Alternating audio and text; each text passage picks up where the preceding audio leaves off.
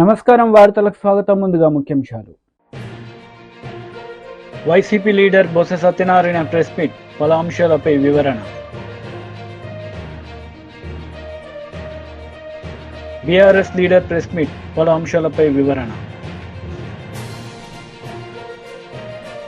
Botsa Satyanarayana media సమావేశం నిర్వహించారు. ఈ సందర్భంగా పలు అంశాలపై ఆయన మాట్లాడారు. అంతా కూడా ఎంతో శాంతియుతంగా, సామరస్యంతో, సోదరభావంతో ఉన్న ప్రాంతం.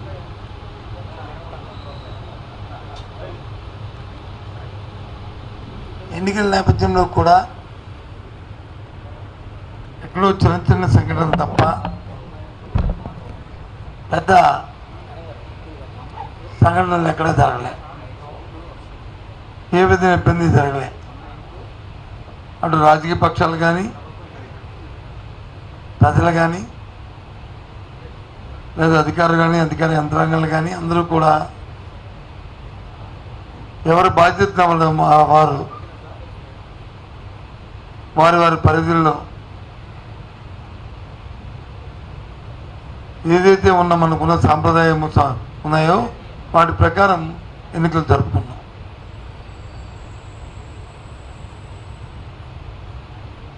అయిన తర్వాత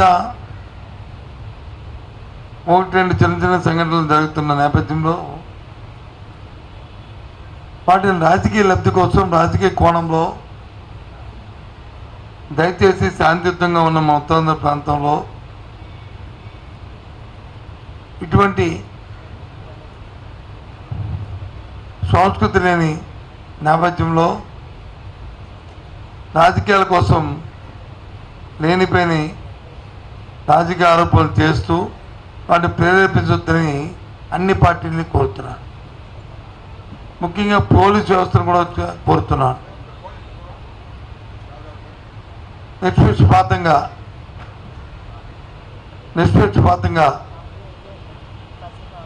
ఏ సంఘటన పట్ల ఏ రాజకీయ పార్టీలు ఉన్నప్పటికీ కూడా తప్పుగా చూస్తూ చర్య తీసుకోమని కూడా నేను రిక్వెస్ట్ చేస్తున్నాను, డిమాండ్ చేస్తున్నాను.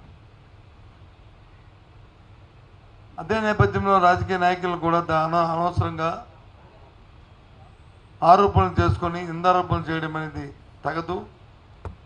ఇటువంటిని హింసను ప్రోత్సహించొద్దు. మా వరకు వైసీపీ పార్టీ దానికి పూర్తి వ్యతిరేకమని చెప్పి మనం చేస్తాం. ఇలాంటి సంఘటనలు ఏ పరిస్థితుల్లో ఎట్టి పరిస్థితులు కూడా ఉపేక్షించమని మనం చేస్తాం. నిన్నెక్కడో విశాఖ పార్లమెంటరీ పరిధిలో ఒక సంఘటన జరిగింది. దాన్ని వచ్చి రాజకీయ కోణంలో, రాజకీయ ఉద్దేశంతో లేనిపోయిన ఆపాదనలు సృష్టిస్తూ మాట్లాడడం సమంజసం కాదని మనం చేస్తున్నాను. పూర్వపరాలు తెలుసుకొని చేయాలని, అలాగే సైమల్టేనియస్గా నేను కూడా పోలీసు అధికారులతో మాట్లాడడం జరిగింది. ఒకవేళ నిజంగా దాన్ని రాజకీయ ప్రారంభం కానీ కక్షపూరితమైన చర్యగా అది అయితే మాత్రం నిష్పక్షపాతంగా చర్య తీసుకోవాలని కూడా డిమాండ్ చేస్తున్నాను. ఎందుకంటే మా ఉత్తరాంధ్ర ప్రాంతం ఎంతో సామరస్యంగా, సోదర భావంతో మెలిగే మనుషులు. రేపు 9వ తారీఖు నాడు జగన్మోహన్ రెడ్డి ప్రమాణ స్వీకారం చేసిన తర్వాత ఈ ప్రాంత ఎగ్జిక్యూటివ్ క్యాపిటల్గా వస్తూ ఎంతో ప్రపంచ స్థాయిలో ఈ పట్టణం అభివృద్ధి చెందుతున్న నేపథ్యంలో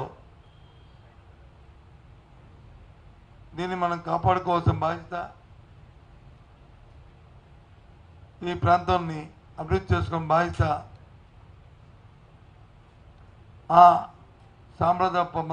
మన సాంప్రదాయాల్ని మనం కొనసాగించిన బాధ్యత ఈ ప్రాంత పౌరులుగా, ఒక రాజకీయ పార్టీ నేతలుగా కాకుండా ప్రాంత పౌరులుగా మన బాధ్యత అని చెప్పి అన్ని రాజకీయ పార్టీలు కూడా నేను కోరుతున్నాను. దయచేసి అందుకోసమే మీ ద్వారా చెప్దామని ఇవాళ ఈ పత్రికా సమావేశాన్ని ఏర్పాటు చేశానని మనం చేస్తాం. ఒకవైపు ఏమో మీరు ఖచ్చితంగా ప్రమాణ స్వీకారం చేస్తారని చెప్తున్నారు, ఇంకోవైపు ఏమో కంప్లైంట్లు ఇస్తున్నారు. ఏమైనా ల్యాక్ ఆఫ్ కాన్ఫిడెన్స్ లాంటిది? మేమేమి కంప్లైంట్లు వచ్చి ప్రమాణ స్వీకారానికి కంప్లైంట్కి సంబంధం లేదు. కంప్లైంట్ దేనికి నిన్న గవర్నర్ గారిని కలిసామంటే మేము ఎలక్షన్ కమిషన్ ఎవరైతే నియమించిందో ఒక అధికారిని,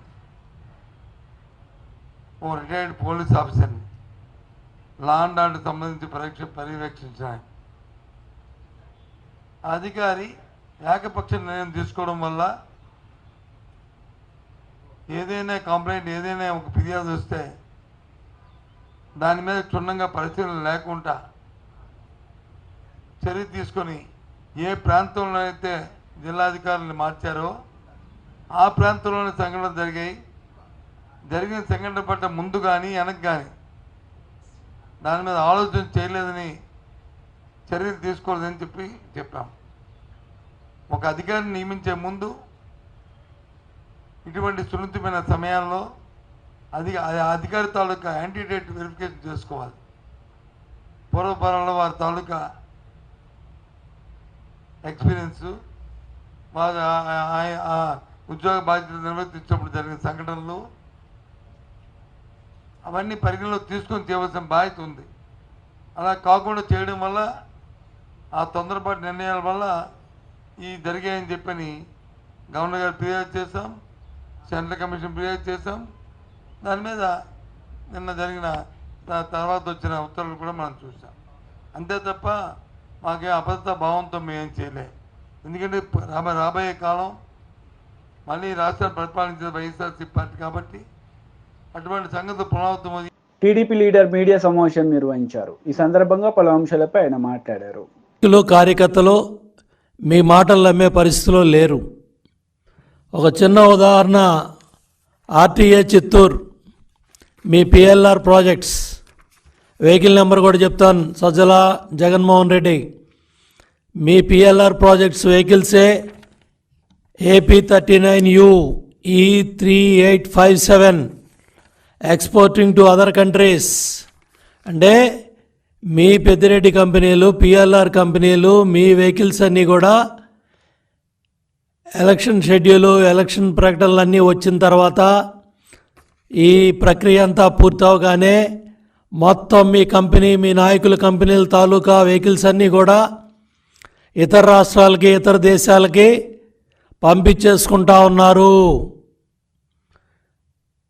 ముఖ్యమంత్రి ఏమో లండన్ పోతా ఉన్నాడు, పిఎల్ఆర్ కంపెనీ వెహికల్స్ ఏమో బయట రాష్ట్రాలకి, బయట దేశాలకి ఎక్స్పోర్ట్ అయిపోతూ ఉన్నాయి. రెండో పక్క ఎవరన్నా అమ్మించాలని సజ్జల, ఇవాళ నువ్వు మళ్ళీ సొల్లు కబుర్లు మొదలుపెట్టావు. ఇవాళ కేపాల్ కాన్ఫిడెన్స్ లెవెల్ ఏ స్థాయిలో ఉందో జగన్మోహన్ రెడ్డి కాన్ఫిడెన్స్ లెవెల్ కూడా అదే స్థాయిలో నిన్న ఉంది. కేపాల్ కాన్ఫిడెన్స్ లెవెల్కి, జగన్మోహన్ రెడ్డి కాన్ఫిడెన్స్ లెవెల్కి నిన్న సోషల్ మీడియాలో ట్రోలింగ్సే అర్థమవుతూ ఉన్నాయి. కాబట్టి పిచ్చి ప్రేలాపనలు మానేయండి. ల్యాండ్ టైటిలింగ్ యాక్ట్ మీ పుట్టి ముంచింది. మీ ప్రచార పిచ్చి, మీ ఫోటోలు పిచ్చి, మీరు తాత ముత్తాతలు ఇచ్చిన భూములను కూడా కొట్టేయాలని, దోచుకోవాలని మీరు చేసిన చట్టాలే మీ ప్రభుత్వానికి ఉరితాళ్ళైనాయి. ఇవాళ పెద్ద ఎత్తున ప్రజల్లో తిరుగుబాటు వచ్చింది. ఆ తిరుగుబాటు ఫలితమే జన సునామీ. ఆ జన సునామీ దెబ్బకే మీకు గంగుర్లు ఎత్తుతూ ఉన్నాయి. రోజుకొకళ్ళు వచ్చి మీడియా ముందుకి మాట్లాడుతూ ఉన్నారు. నేను అడుగుతూ ఉన్నా, మొదటి క్యాబినెట్లో కానీ, రెండో క్యాబినెట్లో కానీ 40 మంది మంత్రులు ఒక్కడ కూడా ధైర్యంగా మీడియా ముందుకు వచ్చి మేం గెలుస్తామని మాట్లాడట్లేదు. 40 మంది మంత్రులు ఓడిపోతున్నారు. 5 ఏళ్ల పరిపాలనలో మీ మంత్రులు ఎవరైతే ఉన్నారో మొదటి క్యాబినెట్లో, రెండో క్యాబినెట్లో మంత్రులు ఎవడో కూడా మీడియా ముందుకు రావట్లా. మొత్తం ఎత్తిపోతున్నారు, మొత్తం ఓడిపోతున్నారు. ఇవాళ పెద్ద ఎత్తున ప్రతిపక్ష హోదా కూడా దక్కదని మీడియా ఘోషిస్తూ ఉంటే, సర్వేలు ఘోషిస్తూ ఉంటే, ఇవాళ సజ్జలు వచ్చి ఏ కార్యకర్తను నమ్మిద్దామని, ఏ నాయకుడిని నమ్మిద్దామని నువ్వు మళ్ళీ బురద జల్లే కార్యక్రమాలు చేస్తున్నావు. సిగ్గుందా అని అడుగుతున్నా. అపధర్మ ముఖ్యమంత్రి మీరు, 5 ఏళ్ళు ప్రభుత్వం పరిపాలన చేసింది మీరు, చీఫ్ సెక్రటరీ మీరు పెట్టుకున్న వ్యక్తే, మీకు అనుసరణలోనే వ్యవస్థలన్నీ నడుస్తున్నాయి. ఇవాళ చీఫ్ సెక్రటరీయే మొత్తం పోలింగ్ స్టాఫ్ దగ్గర నుంచి ఎక్కడెక్కడ ఏ అధికారం ఉండాలో రాజేంద్రనాథ్ డీజీపీగా ఉన్నప్పుడే నియామకాలన్నీ జరిగాయి. ఇవాళ ఈసీ మీద బురద జల్లాలనో, తెలుగుదేశం పార్టీ మీద బురద జల్లాలనో, ఎన్డీఏ కాటు మీద బురద జల్లాలనో, కేంద్రం మీద బురద జల్లాలనో ఇవాళ సజ్జల ఎత్తిపోయే మాటలు మాట్లాడుతూ ఉన్నాడు. భయం కళ్ళల్లో కనపడతా ఉంది, పిరిగితనం కళ్ళల్లో కనపడతా ఉంది. అపధర్మ ముఖ్యమంత్రి లండన్ పోయి వస్తాడో లేదో అనే డౌట్ కూడా సజ్జల రామకృష్ణారెడ్డి మాటల్లో డొలతనం బయటపడతా ఉంది. ఎందుకంటే సజ్జల భార్గవరెడ్డి ఎలక్షన్ అయిన 24 గంటల్లో జెండా ఎత్తేసాడు. మొత్తం సోషల్ మీడియా వైసీపీ దుకాణం బంద్ అయిపోయింది, కేల్కతం అయిపోయింది. మొత్తం దుకాణం సర్దేశారు. మొత్తం సజ్జల భార్గవరెడ్డి జెండా ఎత్తేసి హైదరాబాద్ వెళ్ళిపోయాడు, పక్క రాష్ట్రాలకు వెళ్ళిపోయాడు. ఇవాళ నీ కొడుకే జెండా ఎత్తేసి వెళ్ళిపోతే నిన్న కార్యకర్తల నాయకులు కన్నీళ్లు తొడటానికి, వాళ్ళ ఓదార్చడానికి నిన్న జగన్ రెడ్డి మాటల్లో కాన్ఫిడెన్స్ కార్యకర్తలకి నాయకులు దక్కపోయేపాటికి మళ్ళీ ఉదయం సజ్జల రామకృష్ణారెడ్డి వచ్చి మీడియా ముందు మళ్ళీ అసత్యాలు అబద్ధాలు ప్రచారం. బీజేపీ లీడర్ మీడియా సమావేశం నిర్వహించారు. ఈ సందర్భంగా పలు అంశాలపై ఆయన మాట్లాడారు. పోటీ చేస్తున్నటువంటి అభ్యర్థి ఖర్చులో జమ చేసి ఆయనను డిస్క్వాలిఫై చేయమని ఈరోజు ఎన్నికల సంఘానికి సంబంధించిన అధికారికి మేము దరఖాస్తు ఇచ్చాం. ఎఫ్ఐఆర్ చేగుంటలో నమోదైనటువంటి క్రైమ్ నెంబర్ 161 ఆఫ్ 2024, మళ్ళీ ఎఫ్ఐఆర్ కాపీ లేదంటారేమో అని చెప్పి పబ్లిక్ డాక్యుమెంట్ ఇది, గూగుల్లో కొడితే దొరుకుతూ ఉంది. క్రైమ్ నెంబర్ 161 ఆఫ్ 2024 పోలీసు వాళ్ళు నమోదు చేసినటువంటి ఎఫ్ఐఆర్ కాపీ తీసుకొచ్చాం. ఈ ఎఫ్ఐఆర్ కాపీకి అనుబంధంగా వాళ్ళు పెట్టినటువంటి పంచనామా, ఈ పంచనామాలో ఏ బూత్కి ఎన్ని పైసలు, ఎన్ని కవర్లు అనేది డీటెయిల్గా రాయడం జరిగింది.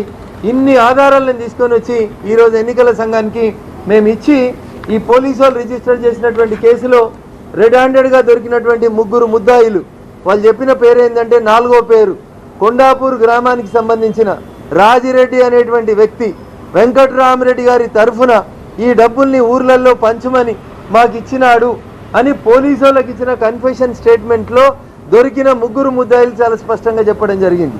నేను ఈ సందర్భంగా ఎస్ఐ చేగుంటను అప్రిషియేట్ చేస్తూనే ఎస్పీ మెదక్ గారికి చెప్తున్నటువంటి విషయం ఏంటంటే, ఈ ఇన్వెస్టిగేషన్ ఎవరైతే సూమోటో కంప్లైంట్ ఇచ్చిండో ఆ ఎస్ఐ ఈ కేసు ఇన్వెస్టిగేషన్ చేయడానికి వీల్లేదు.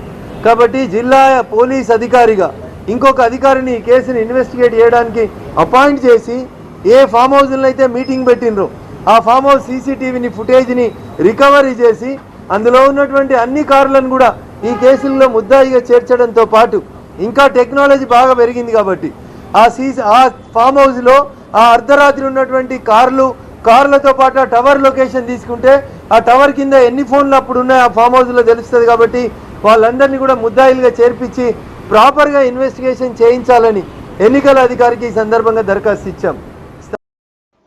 బీఆర్ఎస్ లీడర్ మీడియా సమావేశం నిర్వహించారు. ఈ సందర్భంగా పలు అంశాలపై ఆయన మాట్లాడారు. ధాన్యం తడిచిపోయిన నీళ్లలో ధాన్యం తేలుతూ ఉంటే ప్రభుత్వానికి పట్టింపు లేదు. ప్రభుత్వం తడిచిన ధాన్యం కొనండి అని ఆదేశాలు మాత్రం పత్రికల్లో వస్తూ ఉన్నాయి, కానీ ఆచరణలో ఎక్కడ కూడా సరైనటువంటి రీతిలో అధికార స్పందన లేదనేటువంటి మాట వాస్తవం. ఇటువంటి స్థితిలో రైతాంగానికి అండగా ఉండాలని, రైతాంగానికి ధైర్యం ఇవ్వాలని, రైతాంగం పట్ల మా అధినేత కేసీఆర్ గారి కాలంలో ఇచ్చినటువంటి అనేక సంక్షేమ పథకాలు దూరమైపోతున్నటువంటి భావన నుండి రైతాంగాన్ని పోరాటం వైపు మళ్లించడానికి మా అధినేత కేసీఆర్ పిలుపు మేరకు తెలంగాణ రైతాంగం అంతా కూడా గత 2 రోజులుగా పెద్ద ఎత్తున రోడ్ల మీదకి వచ్చేటువంటి పరిస్థితి వచ్చింది. అనేక ప్రాంతాల్లో పెద్ద ఎత్తున ధర్నాలు జరిగినాయి. రైతాంగం అంతా కూడా రోడ్ల మీదకి వచ్చి, ఓ ప్రభుత్వమా, నువ్వు కనీసం మాకు భరోసా ఇవ్వకుండా మేము తెచ్చిన గింజలు కొనండి అని ప్రాధేయపడతా ఉంటే, ఇవాళ ఈ ప్రభుత్వానికి కనికరం లేకపోవడం అనేటువంటిది ఇవాళ మనం చాలా స్పష్టంగా చూస్తూ ఉన్నాం. అందుకే మేము ఈ ప్రభుత్వాన్ని డిమాండ్ చేస్తూ ఉన్నాం, వెంటనే మీరు ధాన్యాన్ని అన్నీ కొనండి. ధాన్యాన్ని కొనడమే కాదు, ఇంకొక వైపు మొన్న ముఖ్యమంత్రి గారు రేవంత్ రెడ్డి గారు మాటలు చూస్తూ ఉన్నాం. మనం అనేక అడ్వర్టైజ్మెంట్లు చూస్తుంటాం, కార్పొరేట్ కంపెనీలే కానీ లేకుంటే మిగతా కంపెనీల అడ్వర్టైజ్మెంట్లు చూస్తాం. 50% ఆఫ్ అని పెడతారు, చిన్నగా ఎక్కడనో కండిషన్ సప్లై అని పెడతారు. ఇవాళ ప్రభుత్వ పరిస్థితి కూడా కండిషన్ అప్లైకి వచ్చింది. ఇవాళ ఏమైంది, తెలంగాణలో 500 బోనస్ ఇస్తామన్నటువంటి ప్రభుత్వం ఎగవేసింది. ఎగవేయడమే కాకుండా ఇవాళ ఇంకొక చిలుక పలుకులు పలుకుతూ ఉన్నది, సన్న వడ్లకు మాత్రమే, మేము సన్నాలకు మాత్రమే బోనస్ ఇస్తామని చెప్తా ఉన్నారు. తెలంగాణ రైతాంగానికి కానీ తెలంగాణ ప్రజలకు కానీ తెలుసు తెలంగాణలో పండే పంట ఏందని. 100% రైతాంగం సన్నవడ్లు వేయరు, కేవలం ఒక 20% మాత్రమే తెలంగాణలో సన్నాలు పండించేటువంటి పరిస్థితి. ఎందుకంటే సన్నాలు పండించడం వల్ల రైతాంగానికి అధిక పెట్టుబడి ఒకవైపు, దిగుబడి తక్కువ వస్తుంది అనేటువంటి ఒక దాంతో ఇవాళ ఎవ్వరు కూడా ఆ వైపు పోతలేరు.